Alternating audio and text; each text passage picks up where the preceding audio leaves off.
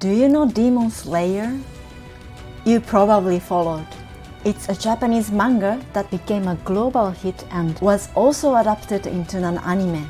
But did you know that the legendary Nichiren Blaze and the Demon Slayer core are real? Well, actually inspired by real history in Japan. That's right. We do have mummies of Oni, Japan's infamous demons, still preserved across the country. For instance, in Oita Prefecture, there is a gigantic Oni mummy, and in Gifu's Nenkoji Temple, they keep a demon's severed head on display. Are these real demons? Well, no one can say for sure, but we know about those heroes that killed them, and those legendary swords said to have cut down these demons actually exist. For 1,000 years, we have given names to the most famous plays in history. And today, we are diving into the story of one of the most famous of these swords. It is Dōjigiri Yasutsuna, which translates to Slayer of Shuten Doji. Now I know what you're thinking.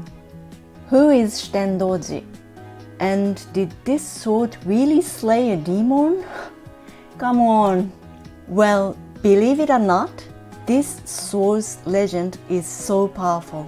It's recognized across the entire country because Dōjigiri Yasutsuna was the very first sword in Japan to be designated as a national treasure. The sword Dōjigiri Yasutsuna is still preserved at the Tokyo National Museum and is displayed to the public once every few years. It means there is a chance to see it in person. And the demon it supposedly slayed? This is Shuten Doji, the most powerful Oni in Japanese history. Stick with me as we unravel this epic tale of one sword, one demon, and the real-life demon slayer core that fought to save Japan. A blade like no other. So let's talk about Dōjigiri Yasutsuna. This isn't just any old sword. It is one of the 5 great swords of Japan. Masterpiece of craftsmanship, each with its own legendary story. And Dōjigiri Yasutsuna, well, it's the top of the list, the crown jewel of these 5 blades, and the oldest. Now, you might be wondering, what makes it so special? For that, we got to travel back more than 1,000 years to the Heian period. Picture this. In what is now Tottori Prefecture, there was a region blessed with high-quality iron sand. A swordsmith named Yasutsuna took this iron and forged a blade like no other. A sword with a distinctive curve and intricate wavy pattern on the blade. That sword, Dōjigiri Yasutsuna.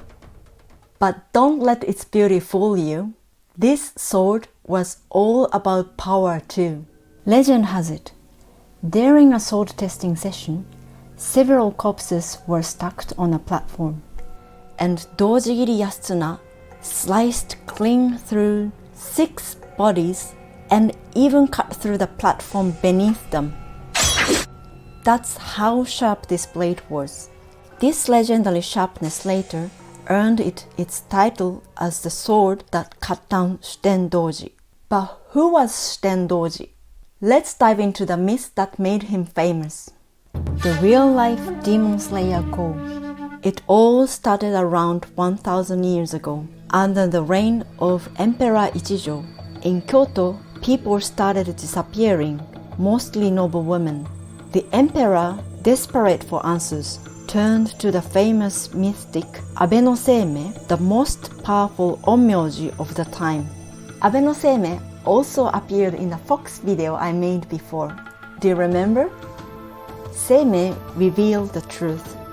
These kidnappings were the work of a demon, no ordinary demon, but Shuten Doji. He was said to be over 6 meters tall, with 5 horns and 15 eyes. You think that's terrifying?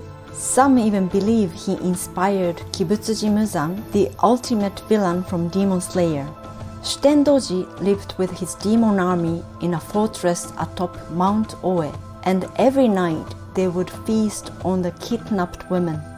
To stop him, Emperor Ichijo called upon the legendary warrior Minamoto no Yorimitsu. And who did Yorimitsu bring with him? The original demon slayer call, known as the Four Heavenly Kings. Let's meet these real-life demon slayers.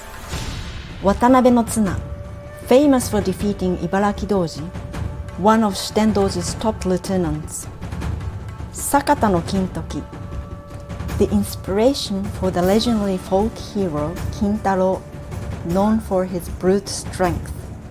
Usui Sadamitsu, a strategic mind who helped uncover Kintoki's potential.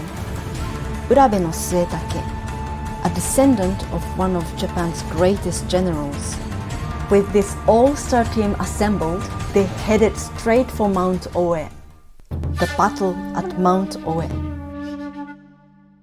Now, this is where the story gets intense.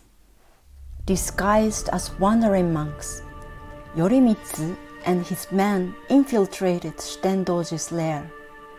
Are these monks or spies? The demon was suspicious, but Yorimitsu, with his quick thinking, offered him a drink of poisoned sake, and Shuten Doji drank it, cup after cup, until he passed out. This was it, the moment Yorimitsu had been waiting for. With his sword, Dōjigiri Yasutsuna in hand, Yorimitsu approached the slumbering demon. Whoosh! With one swift blow, he sliced off Shuten Doji's head. But even decapitated, the demon's head flew straight at Yorimitsu in one final desperate attack. Crash! Fortunately, Yorimitsu's helmet protected him, and after a brutal struggle, the demon was finally dead. Victory was theirs. The real-life Demon Slayer Corps had defeated Japan's greatest demon. The truth behind the legend. But here's where the story gets even more interesting. What if Shuten Doji wasn't really a demon? During the Heian period, Kyoto's aristocrats lived in luxury while the common people suffered under heavy taxes. Farmers hit by natural disasters saw their crops fail. Poverty was rampant, and those who couldn't survive in society often turned to banditry, living in the mountains. To the rich aristocrats, these mountain outlaws seemed savage, almost inhuman. They couldn't comprehend the desperation that drove these peoples to violence, so they began calling them Oni, demons. Some believe Shuten Doji may have been the leader of one of these rebellious groups. The legend of his defeat could be more than just a tale of a monster. It could be a story of how the powerful demonized those who dared to challenge their rule. So, what do you think? Is this a tale of demons slaying heroics? Or a reflection of how the powerful rewrite history? Don't forget to press the like button, and if you haven't, please subscribe and hit the notification bell for more deep dives into Japan's history, legends, and real-life connections to your favorite anime. Thank you very much for watching. Bye! またね!